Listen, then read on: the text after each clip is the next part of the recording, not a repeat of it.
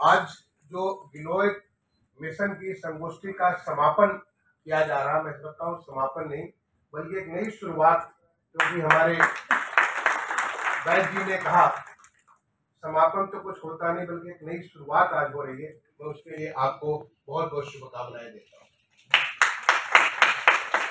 इसके पहले कि मैं कुछ और बात इसके बारे में करूं, मैं दो बातें मैं आपसे निवेदन करना चाहूंगा। पहला, आज से 10 साल पहले जब मुझे लोग बैच लगाते थे मुझे बहुत अच्छा लगता है। मैं टेल यू, बहुत मुझे अच्छी फीलिंग होती है कि मैं दूसरों से अलग हो गया, क्योंकि सबके पास बैच नहीं है और मेरे पास अपना एक बैच लगा हुआ है। लेकिन मैं बताऊं कि अब मुझे ये फीलिंग नहीं होती है। मुझे जब बैच लगता है मुझे बहुत बुरा फील होता है। क्यों बुरा फील होता है आप जानना चाहेंगे? क्योंकि आप लोग तो अध्ययन, अध्यापन, अनुसंधान, रिसर्च सब चीज में लगे रहते। बुरा इसलिए फील होता है कि मुझे एक कूड़ा दिखता है। मुझे एक कूड़ा के रूप में मैं भारत सरकार का आवासन एवं शहरी कार्य मंत्रालय का करीब 4 साल 7 महीने सचिव रहा हूँ और पूरे देश में हमारी माननीय प्रधानमंत्री जी की जो एक संकल्पना है कि पूरे देश को स्वच्छ करना है, वो माननीय प्रधानमंत्री जी के उस संकल्प को पूरे देश में पूरी भरपूर मेहनत के साथ हमने लागू किया है।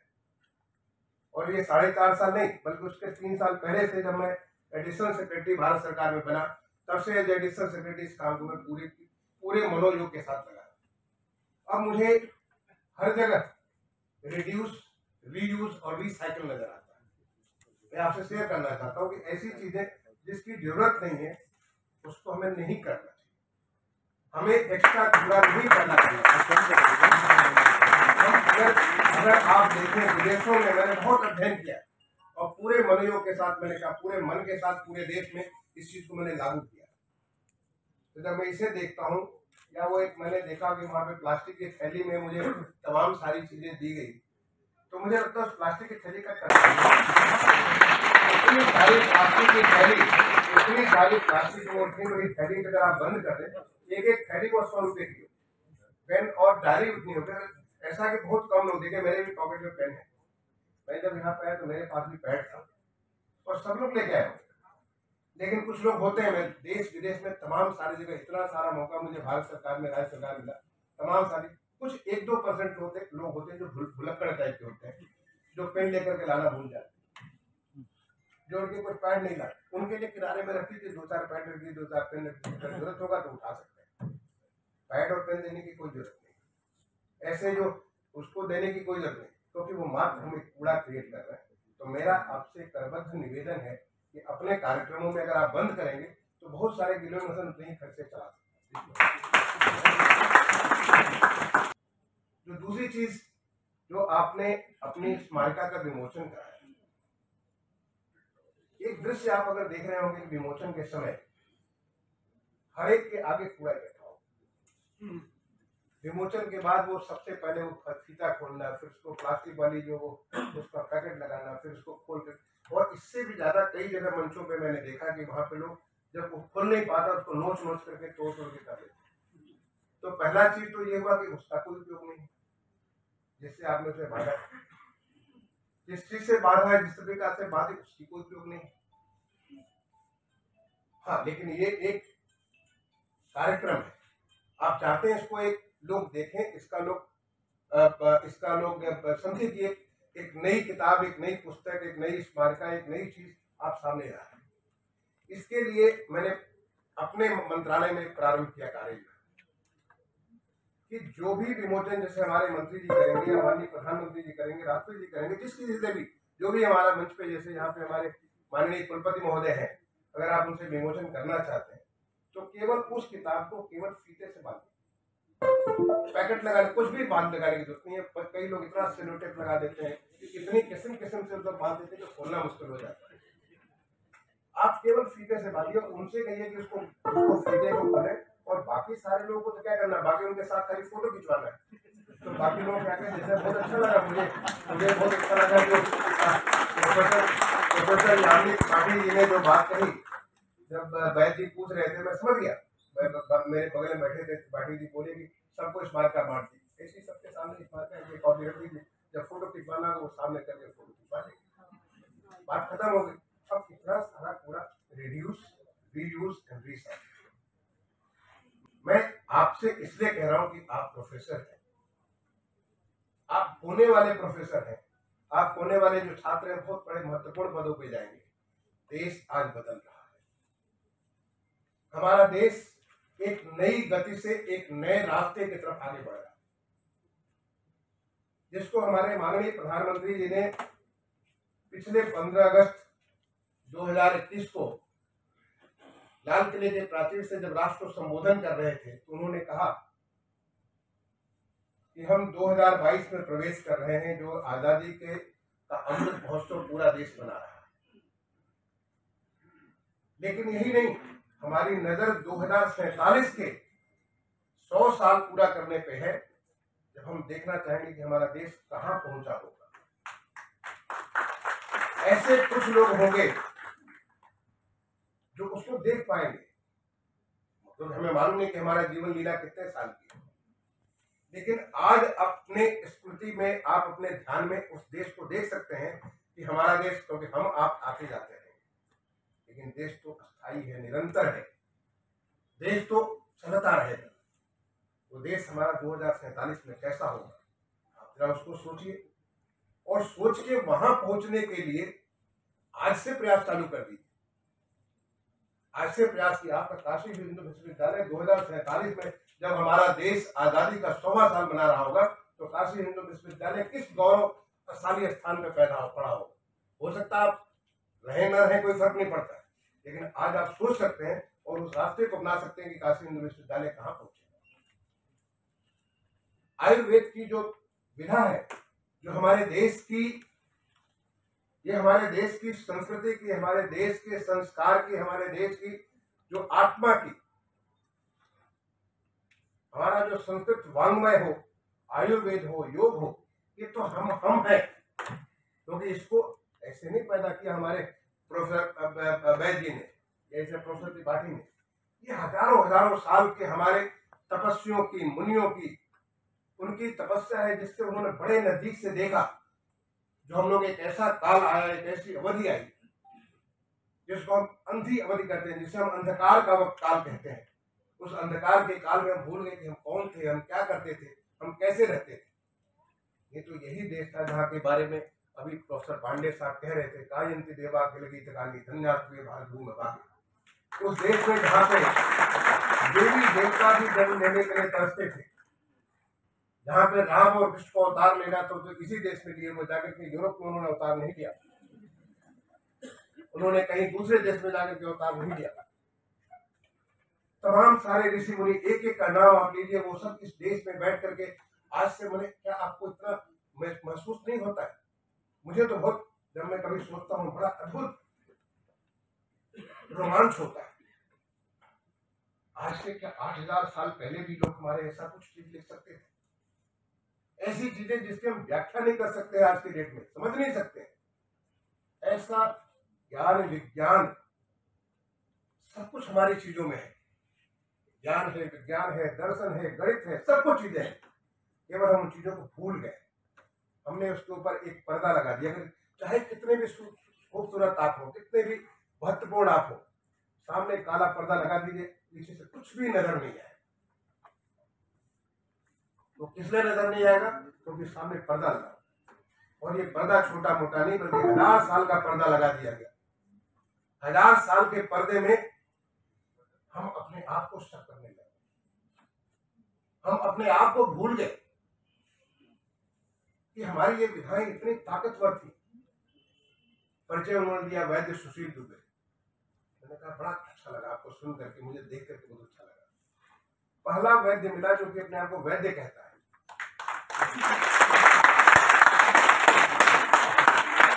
मैं तो बहुत सारे वैद्यों को जानता हूँ, सब अपने को डॉक्टर कहते हैं,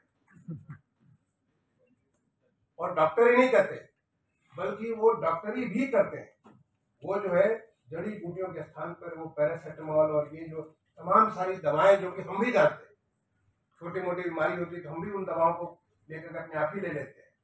वो जो सेल्फ मेडिकेशन जो हमारा है उस प्रकार का जो चीज करते हैं, और है तो वैद्य या उन्होंने BMS, लेकिन उसके बावजूद भी उन्हीं सारी दवाओं, जिन दवाओं के बारे में उन्होंने पढ़ाई की, न उनकी जानकारी हुई, लेकिन लोगों को अच्छा लगता है, क्विक सोल्यूशन है, आपने दे दिया कि भाई चलो ये दे दो, इससे काम चल जाए। जब तक आप अपने चीज पे खुद गर्व नहीं करेंगे, जब तक आप अपने को खुद नहीं समझेंगे कि हमारे अंदर वो ताकत है, दूसरा आपकी क्यों इज्जत करेगा? अगर आपको खुद अपने आप में संदेह, दूसरा क्यों करेगा? सबसे पहले तो आपको अपने पे विश्वास होना चाहिए। आज हमारा देश जिस तेजी से बढ़ रहा है, आज पूरे दुनिया में जो कोविड-19 की वैश्विक महामारी है, पूरे दुनिया को तबाह कर दी है। बड़ी बड़ी अर्थव्यवस्थाएं, बड़ी बड़ी चिकित्सीय व्यवस्थाएं जहां पे चूर चूर हो गई, लाखों की संख्या में लोग मरने लगे। आज पूरे विश्व पटल पर हिंदुस्तान बहुत एक चमकता हुआ सितारे के रूप में आगे बढ़ गया, और कारण क्यों? केवल एक कारण। अगर आप समझे कि इसके पूरे चीज के पीछे, मैं तो देखता हूं कि हमारे माननीय प्रधानमंत्री जी का जो व्यक्तित्व है, उन्होंने इसे चुनौती की जगह एक अवसर के रूप में लिया। और देखिए, देखते देखते हमारे यहाँ वैक्सीनेशन, पहले हम दुनिया पर निर्भर करते थे वैक्सीन के लिए, आज हमने खुद का अपना वैक्सीन बनाया। हमारे पास मास्क नहीं थे, PPE किट्स नहीं थे, हमारे पास वेंटिलेटर्स नहीं थे, आज हम न केवल खुद बना रहे हैं बल्कि दुनिया को दे रहे हैं।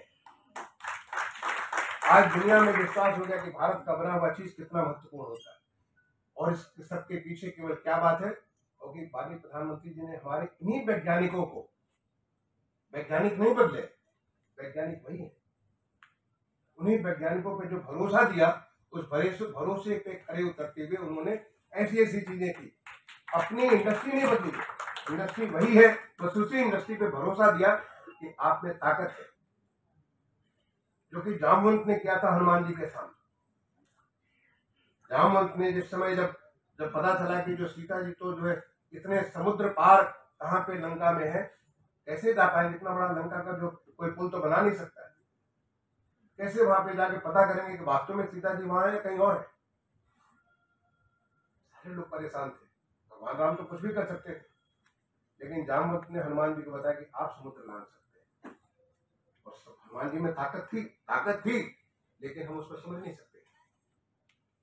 तो ये जो हमें अपने देश में, हमें अपने आप पे जो वैद्य जी का जो वैद्य बोलना, मुझे इतना बढ़िया लगा, अंदर से मैंने दिल छू गया मुझे, कि उन्होंने कहा कि मैं वैद्य सुशील कुमार दुबे, डॉक्टर सुशील कुमार दुबे। ऐसा नहीं कि गिलोय पहले बार हो रही है, गिलोय मिशन हुआ पहले बार लोगों ने महसूस किया कि गिलोय की ताकत क्या है। जो आयुष मंत्रालय पहले से था, आप में से किसी ने बताया कि आयुष मंत्रालय 2014 नहीं, बहुत पहले से बना हुआ, लेकिन बना हुआ के किनारे बैठा हुआ कोई बच्चा है, कोने में बैठा हुआ है, कितनी उसमें विद्वता है, कितना उसमें ताकत है, किसको पता भी नहीं, तो कहीं किनारे बैठा हुआ अपना काम कर रहा है। पहले बार आयुष मंत्रालय सामने खुलकर आया 2014 के बाद। पहले बार आयुष मंत्रालय में आपको बताना चाहता हूं कि हमारे अभी इसमें उत्तर प्रदेश में चुनाव हो रहा है। इस चुनाव में करीब 11 लाख से ज्यादा हमारे पोलकर्मी, पुलिस के, सिविल के, तमाम सारे लोग लगे हुए हैं। पीछे जब यहाँ पे पंचायत के चुनाव हुए थे, बहुत सारे लोगों को कोविड हो गया।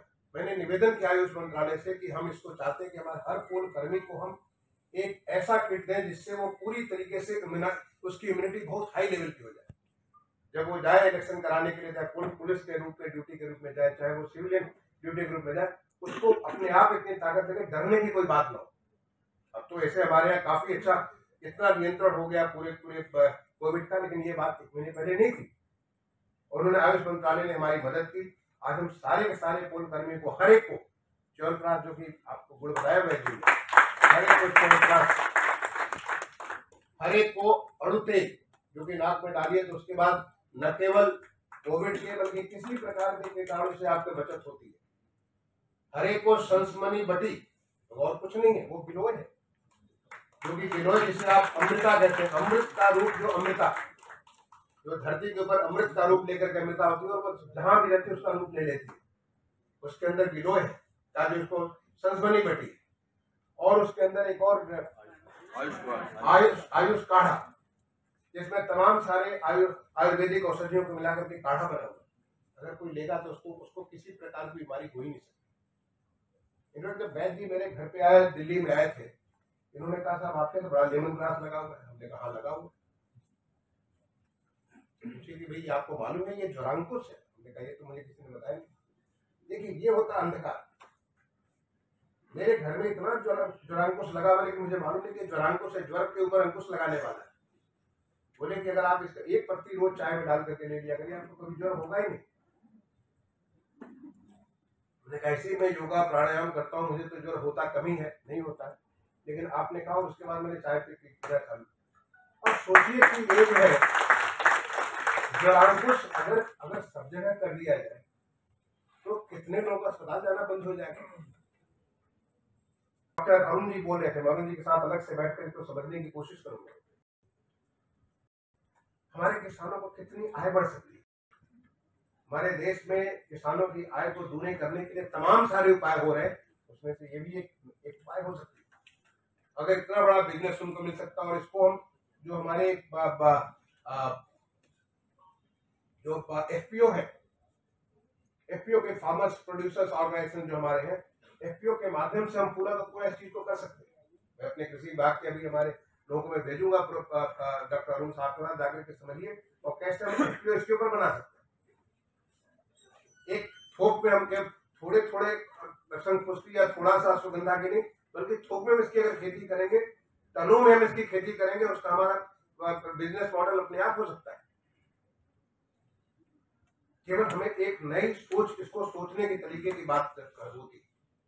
आपने बताया अभी मुझे वैद्य जी बता रहे थे खाने के बारे में, पहले ये खाओ तो फिर ये खाओ तो फिर ये खाओ। हमने ये सारी आप सब उसका उन्होंने आज यहाँ नुमाइश भी कर रखा, उसका उन्होंने एक तो मिसाल भी पेश कर रखी, आप सब सारे खाएंगे। मैंने वैद्य जी को बुला के पूछा कि आप इसका कॉमर्शलाइजेशन नहीं कर सकते? कोई साउथ इंडियन फूड बेचता है, कोई चाइनीज फूड बेचता है, कोई ये अलग किस्म की बेचता है, क्या हम आयुर्वेदिक फूड नहीं कर सकते?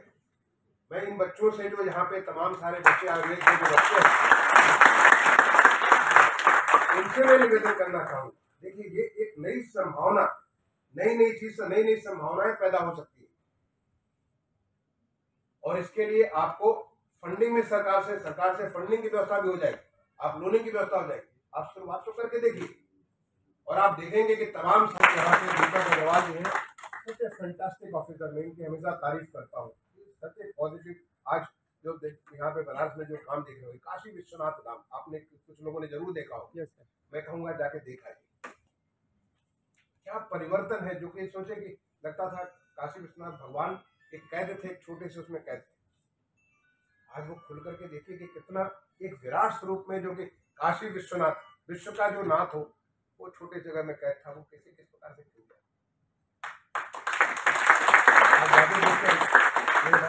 दीपक जी से अगर कहीं कोई कठिनाई हो, मैं जो बातें कह रहा हूँ, अगर आपको दिक्कत हो, सीधे आप उनसे संपर्क कर सकते हैं, वो आपकी मदद करें। हमारे जिलाधिकारी कौशल राज शर्मा यहाँ पे नहीं है, क्योंकि इसमें इलेक्शन की स्क्रूटनी चल रही है, बहुत पॉजिटिव ऑफिसर, आपकी मदद करने के लिए हम सब तैयार हैं। लेकिन आप कोशिश तो करिए, अपनी चीज के ऊपर गर्व करिए। सबसे पहला चीज है कि आप विश्वास करिए कि आप जो करने जा रहे हैं वो बहुत बड़ी चीज करने जा रहे हैं, और वो छोटी मोटी चीज नहीं कि वो जो पता चला एक लेबोरेटरी में आपने 2-4 रिसर्च किया, रिसर्च करके ये लेबोरेटरी जो है ये मानव प्रयोगशाला थी, जो तमाम सारे उन तपस्वियों ने बैठ करके रिसर्च कर करके जिस तरह से उन्होंने किया, और उसको उन्होंने पंक्तिबद्ध किया, उसको उन्होंने लिखा, वो तमाम सारे हमारे शास्त्र ज्ञान का भंडार है। जब मेरी त्रिपाठी साहब से और आपसे मुलाकात हुई थी, वैद्य जी से मुलाकात हुई थी पिछले बार यहाँ आने पे, जब इसके बारे में चर्चा हुई ऐसा कुछ हम कॉन्फ्रेंस कर सकते हैं, मैंने आप लोगों से एक ही चीज का निवेदन किया था, आप लोग ज्ञान बहुत है, जानकारी बहुत है, लेकिन जानकारी प्रस्तुत करने का तरीका थोड़ा कमजोर है। अगर आप ये सोचते हैं कि सब कोई वैद्य बन जाए तो वैद्य नहीं बन सकते। आपको समय के साथ चीजों को चलना पड़ेगा, और आज का समय है ईज ऑफ डूइंग बिजनेस। आज का समय है ईज ऑफ लिविंग, कैसे जिंदगी आसान हो सकती है, कैसे काम करने का तरीका आसान हो सकता है, आज का समय वो है। तो अपनी चीज़ों को अगर आप बताएंगे कि सवेरे ऐसा करिए, दोपहर में ऐसा करिए, रात में ऐसा करिए, इसके बाद वो करिए, उसके बाद ये करिए, इतना सारा कॉम्प्लिकेट कर देंगे तो बड़ा मुश्किल होगा। लोग नहीं, क्योंकि जिंदगी बड़ी तेजी से भाग रही है। अब वक्त नहीं है कि आपका सूर्योदय से लेकर सूर्यास्त तक जो है आप आराम से धीरे धीरे सब कुछ चलते रहे। इनफैक्ट बनारस शहर में यहाँ पे पोस्टेड रहा, मैंने बताया जो चटिया का, मैं यहाँ था 1985-86 में ट्रेनिंग कर रहा था। तब के बनारस और अब के बनारस में कोई तुलना ही नहीं। तब का बनारस बड़े आराम से हौले हौले सब कुछ सारे के सारे काम होता था। लोग अपना आराम से घर से निकलते थे पान खाने के लिए, घंटों तक टहलते हुए पान खाते हुए, फिर लौट के पता चला 4 घंटे पान खाने में लग गए। तब का बनारस और अब के बनारस में बहुत फर्क है। अब का बनारस आप देखिए कैसे किस्म से खिल गया, कैसे एक लाइफ, एक नया बनारस हो गया। तो उस बनारस के मुताबिक तो रहिए आप सोचेंगे कि अभी भी हम सन 85 में काम करेंगे तो नहीं काम कर सकते। इसलिए चीजों को आसान बनाइए, व्यवहारिक बनाइए, लोगों को समझने लायक बनाइए। जो संभावनाएं हैं बहुत बड़ी संभावना है, और विदेश में नहीं अपने देश में भी बहुत बड़ी संभावना है। हमारे देश में जो आपने कहा कि वेलनेस सेंटर बनाने की, वो वेलनेस के बाद फिर बीमारी तो बाद में, बीमारी तो होती है समय के साथ कुछ कुछ होगी, लेकिन आप जब वेल रहेंगे तो बीमारी जो ऐसी सामान्य बीमारी है उससे बहुत निजात मिल जाएगी। इस काम के करने के लिए मैं समझता हूँ कि आपको मैं प्रणाम करना चाहूँगा इस विश्वविद्यालय के संस्थापक भारत रत्न पंडित मदन मोहन मालवीय जी को, जिनको महामना के नाम से सब कोई जानता है। प्रणाम करना चाहूँगा कि वो कितने ज्यादा समय से कितने आगे थे, वो समय से कितने आगे थे। उस समय की सोच उन्होंने इस विज्ञान को कहा, पहले ये विज्ञान उसके बाद दूसरा विज्ञान। आप उस विज्ञान के साथ दूसरे विज्ञान को जोड़ करके उससे कैसे कैसे लोगों को उसमें वैज्ञानिक पद्धति से माध्यम से स्टैंडर्डाइज करके कैसे हर जन तक पहुंचा सकते हैं, कैसे देश विदेश में अपने इसको गूंज कर सकते हैं। आपको ज्यादा कुछ करने की जरूरत नहीं, आप एक बार करने, जब इस देश में जो कुछ चीज अडॉप्ट हो जाएगी वो तो विदेशों में अपने आप ही अडॉप्ट हो जाएगी। कोई उसमें मुझे शक की बात नहीं है। मैं दोबारा एक बार फिर से आपने मुझे बुलाया, मैं नहीं जानता था, आपने मेरा अभिनंदन भी किया और वो बहुत सारी बड़ी बड़ी बातें करके मुझे और एक बोझ तले दे दिया, लेकिन मैं पूरी विनम्रता के साथ उसे स्वीकार करते हुए, श्रोते हुए लेते हुए मैं आपके साथ हूँ। जो हमें डॉक्टर अरुण जी, डॉक्टर जानवी त्रिपाठी जी ने कहा कि वो एक लेबोरेटरी की बात उन्होंने की, क्या कहते हैं, वर्चुअल लेबोरेटरी की बात की। आप मुझे कॉन्सेप्ट नोट भेजिए। देश हित में, हमारे प्रदेश के हित में, जिससे हमारे प्रदेश का आर्थिक विकास होगा। आज मुझे जिम्मेदारी, प्रदेश की एक जिम्मेदारी मिली हुई है, देश की भी जिम्मेदारी के तौर पे बहुत कुछ मैंने लंबे अरसे तक काम किया हुआ है। अगर जरूरत होगी तो वहाँ भी पहुँच करके वहाँ लोगों से अपनी तरफ से सिफारिश करेंगे। ऐसी चीजें जो कि हमारे प्रदेश के हित में है, जो हमारे देश के हित में, जो जन जन के हित में है, क्योंकि हमारा काम as a public servant, as a civil servant, मेरा जो काम है वो सिविल मैंने पब्लिक के साथ जुड़ करके पब्लिक को लाभ देने के लिए मैं पूरी तरह से आपके साथ हूँ। मैं एक बार दोबारा आप सबका अभिनंदन करता हुआ, अपने कुलपति महोदय को प्रणाम करता हुआ, हमारे आज के धन्वंतरी, भगवान धन्वंतरी जिनकी वजह से ये सब कुछ है, उनको, महामना जी को प्रणाम करता हुआ अपनी बात को समाप्त करता हूँ। धन्यवाद। जय हिंद।